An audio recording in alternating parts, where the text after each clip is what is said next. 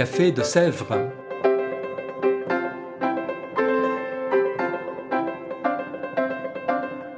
Au Café de Sèvres, on discute philosophie et théologie.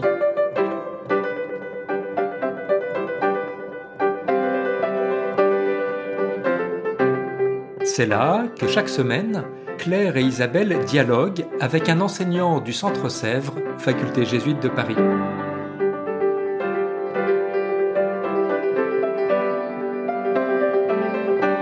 L'émission d'aujourd'hui est animée par Isabelle de la Garandrie.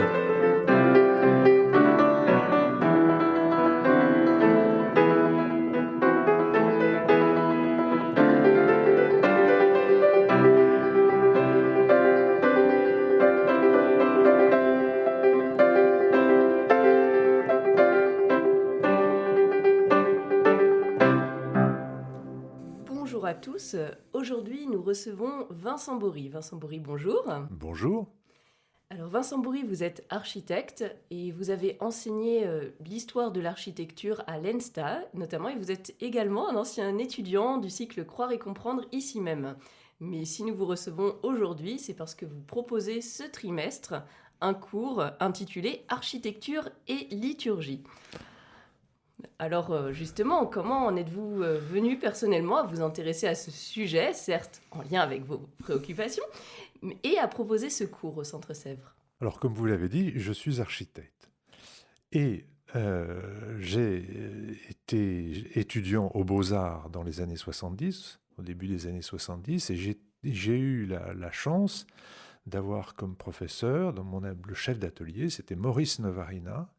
Et Maurice Novarina, c'était un des architectes majeurs du XXe siècle en France, et on lui doit notamment, entre autres, l'église Notre-Dame de Toute-Grâce au plateau d'Assy, et puis l'église d'Audincourt également, qu'il a conçue avec des artistes, Fernand Léger, Chagall, etc.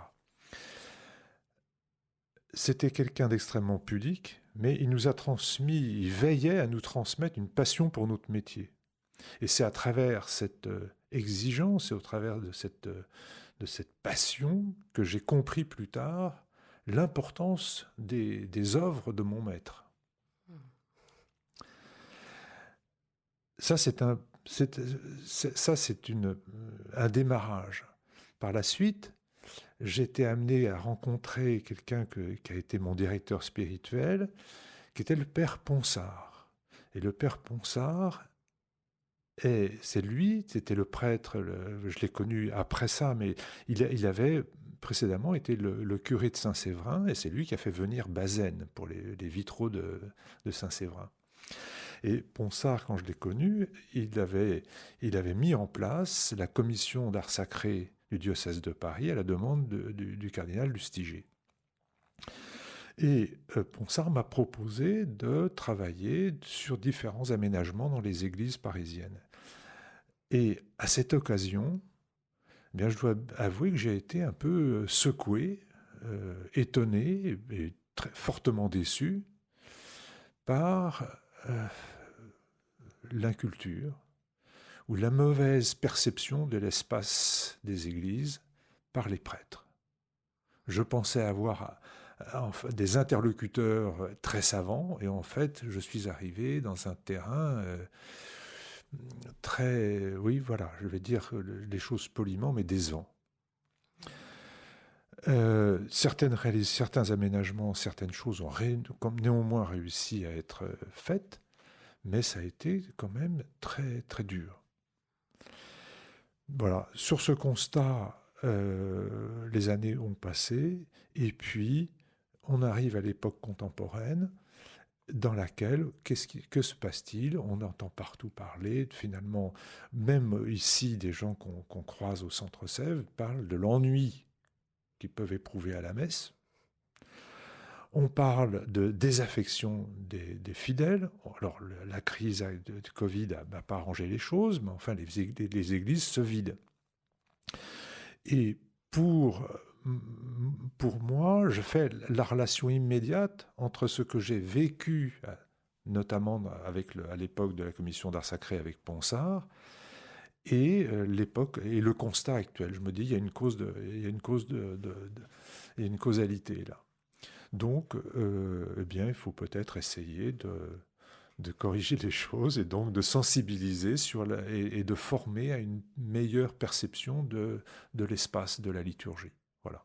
D'accord, merci. Vraiment, donc une invitation à se plonger dans cette thématique dont effectivement on entend peu parler aujourd'hui. Alors maintenant, des questions peut-être un peu plus précises sur ce contenu. On sait bien que les modalités de la célébration eucharistique ont changé au fil des siècles. Et est-ce que cela a eu une influence sur la manière dont ont été construits les édifices chrétiens? Et quels grands traits de cette évolution peut-on repérer? Alors, il est évident que les édifices chrétiens témoignent de l'évolution des pratiques, des rituels, des liturgies, qui elles-mêmes correspondent à des évolutions de la doctrine, parfois des inculturations. Alors, on voit bien que d'un pays à l'autre, les pratiques les liturgies sont différentes, et bien sûr, des décisions prises lors des conciles. Par exemple, la réforme liturgique introduite par le Concile de Trente, au milieu du XVIe siècle, a eu pour conséquence la suppression ou le déplacement des jubés, puisque le chœur devait désormais être visible par les fidèles pour leur permettre de suivre aisément l'office. Donc, vous voyez, une décision, un concile, paf, et directement, l'espace de l'Église est appelé à être modifié. Alors aujourd'hui, les règles fixées au XIXe siècle, qui semblaient complètement immuables, semblent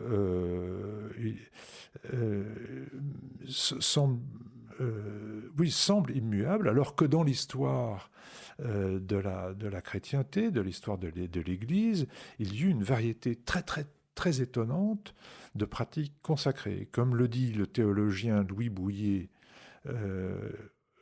aucune de ces dispositions n'est jamais apparue canonique en elle-même ni pour elle-même. Oui. Nous ne sommes donc pas limités par le passé, par le legs du passé. Donc voilà, c'est un message d'espérance. Voilà. Tout à fait. Alors peut-être qu'au-delà de cette question historique, avec quelles autres dimensions humaines et spirituelles doit composer un lieu de culte? Parce qu'il n'y a pas que l'histoire qui compte.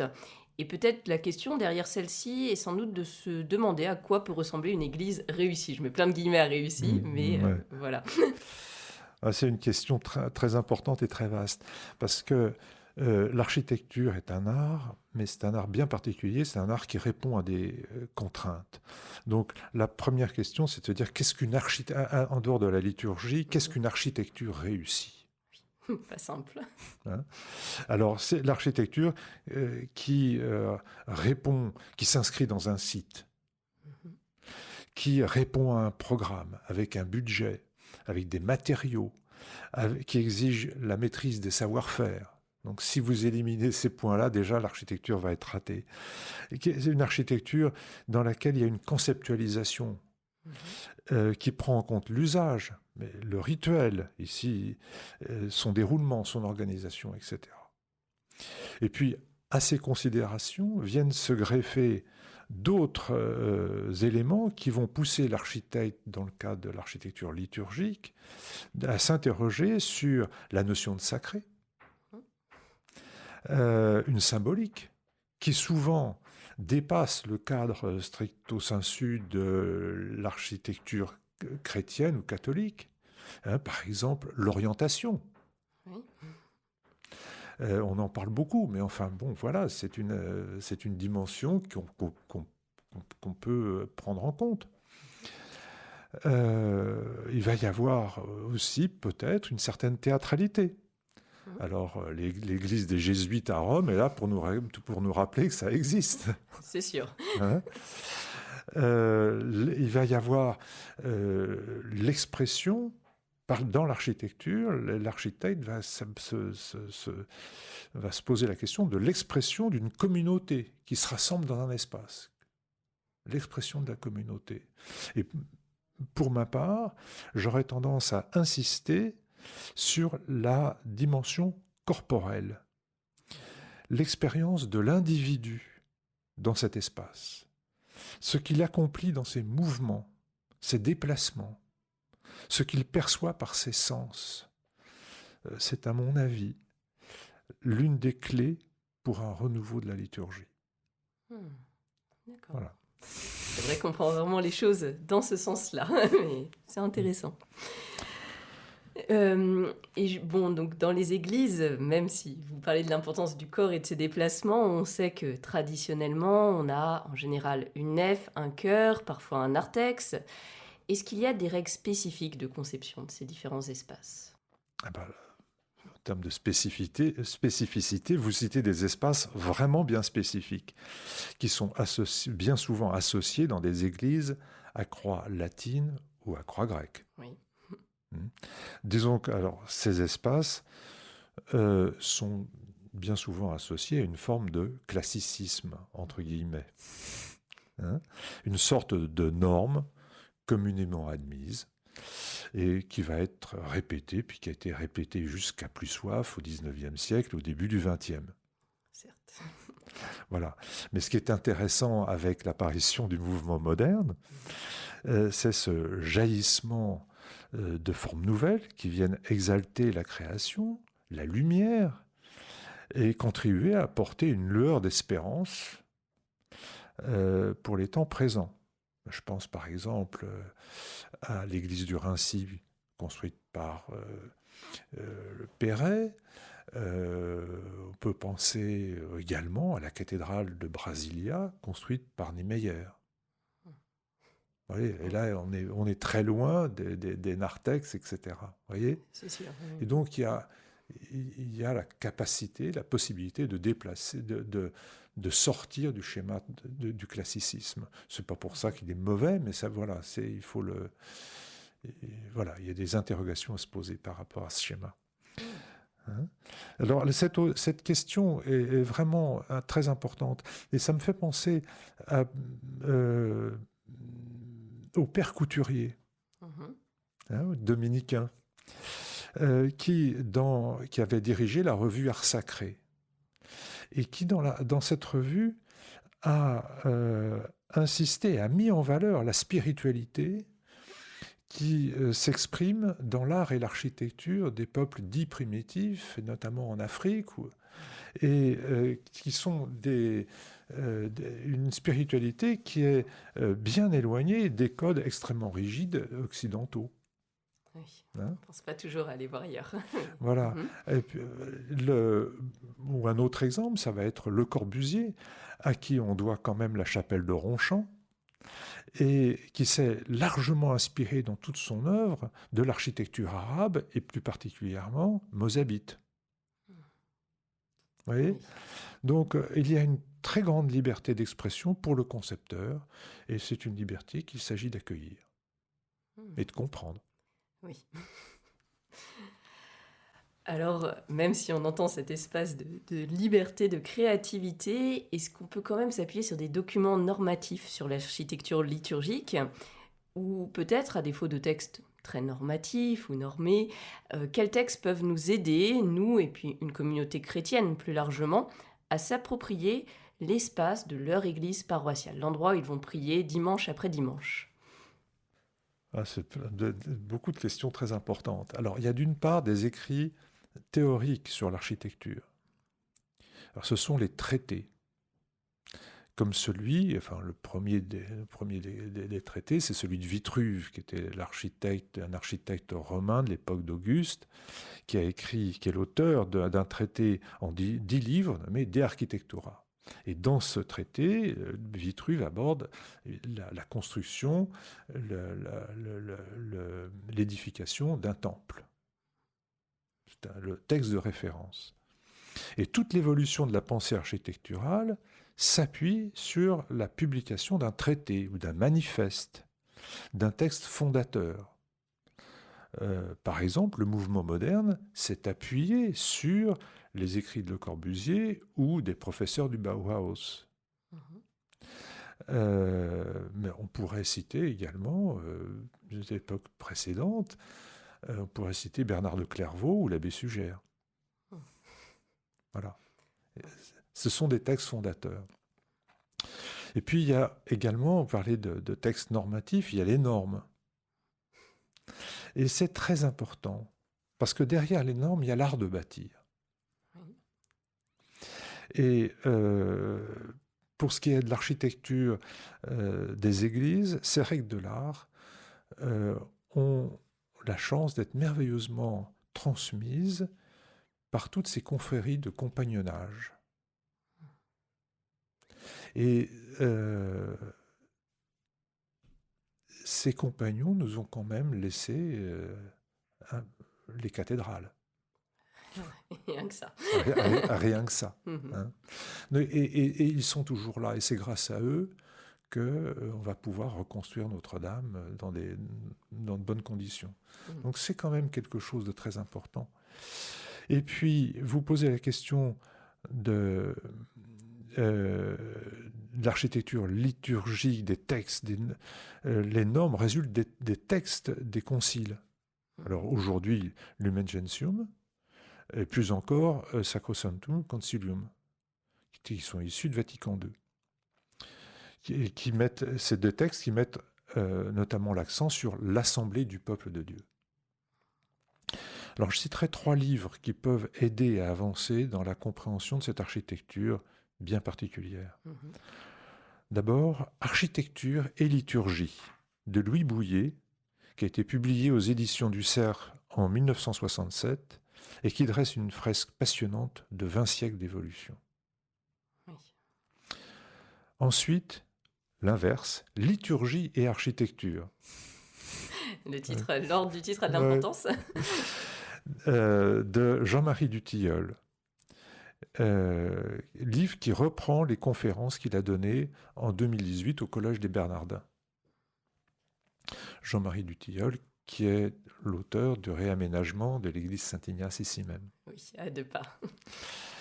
Et puis, je mentionnerai le volume de La Pléiade, consacré à l'histoire du spectacle,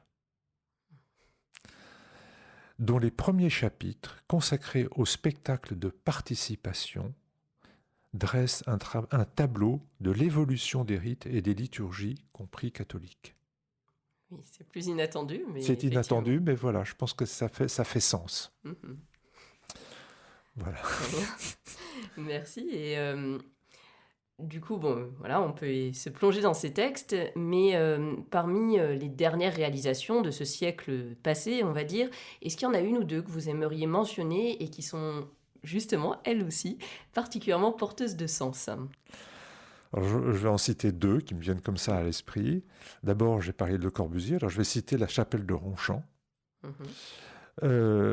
car Le Corbusier a agi en plasticien assez visionnaire, et sa réponse va au-delà de la simple mise en forme de l'espace et des agencements. Donc, c'est avant Vatican II. Il a introduit une remise en cause du rapport frontal entre le prêtre et l'assemblée des fidèles. Et ce faisant, il oblige les uns et les autres à repenser leurs relations. Il décale. Il décale. Il force, il pousse les gens à s'interroger. C'est très fort. Voilà. Et puis, une autre réalisation qui est tout à fait récente, qui est pour moi vraiment, vraiment la référence actuelle, c'est Saint François de Molitor, de Jean-Marie Dutilleul, justement, auquel voilà, on doit une toute nouvelle façon d'organiser la liturgie à partir de la communauté rassemblée des fidèles. Donc là, on retrouve les textes de Vatican II. Et l'autel, signe du Christ, est au centre de l'action, de l'espace. Alors, toute cette architecture, c'est à la fois intelligent et d'une très grande simplicité. Et je pense qu'aujourd'hui, ça aide un petit peu, ça aide à croire au miracle. Ah oui, au moins. Oui, je pense qu'il y a quelque chose de ça fait du bien. D'accord. Une invitation à y aller, En tout puisque cas, c'est oui. pas loin pour les Parisiens Ouais. pour pouvoir s'y rendre. Enfin, pour terminer, un mot de la fin ou une citation pour donner envie peut-être de s'inscrire à votre cours, de vous rejoindre, ou tout au moins d'aller plus loin sur ce sujet. Ça va être un petit peu polémique parce que je citerai volontiers le propos ou la sentence de Louis Bouilhet. Alors je le lis là. Hein. Notre conception moderne de la liturgie, purement rubristique, notre didactisme sans inspiration, notre spiritualité abstraite, s'accommode trop facilement de la misère des édifices où nous expédions un devoir dominical maussade. Il faudrait que tout cela disparaisse. C'est un prêtre et un théologien qui s'expriment. Alors, en réponse à cela, je dirais comme mot de la fin que je souhaite que ce cours donne des clés de compréhension de ce qu'est l'espace de la liturgie et qu'il engage à une indispensable culture architecturale. Et par là même que ce cours contribue à enrichir l'expérience. Le mot est l'expérience de la liturgie. Voilà. Eh bien, merci beaucoup Vincent Bory pour cet entretien. On rappelle qu'on peut toujours s'inscrire à votre cours architecture et liturgie et pour essayer justement de saisir ces clés et mieux rentrer dans cette intelligence de la liturgie. Au revoir. Au revoir.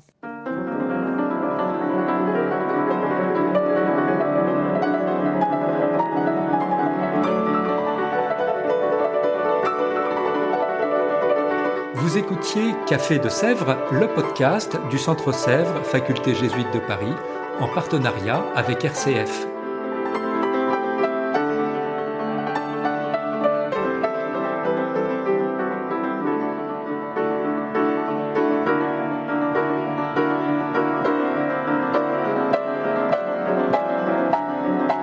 Pour ne rater aucun épisode, abonnez-vous sur votre application préférée.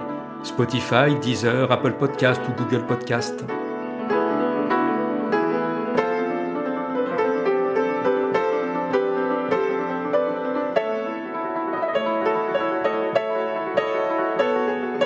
Et sur notre site internet www.centresèvres.com, découvrez l'ensemble de nos cours et conférences en philosophie et théologie. À bientôt.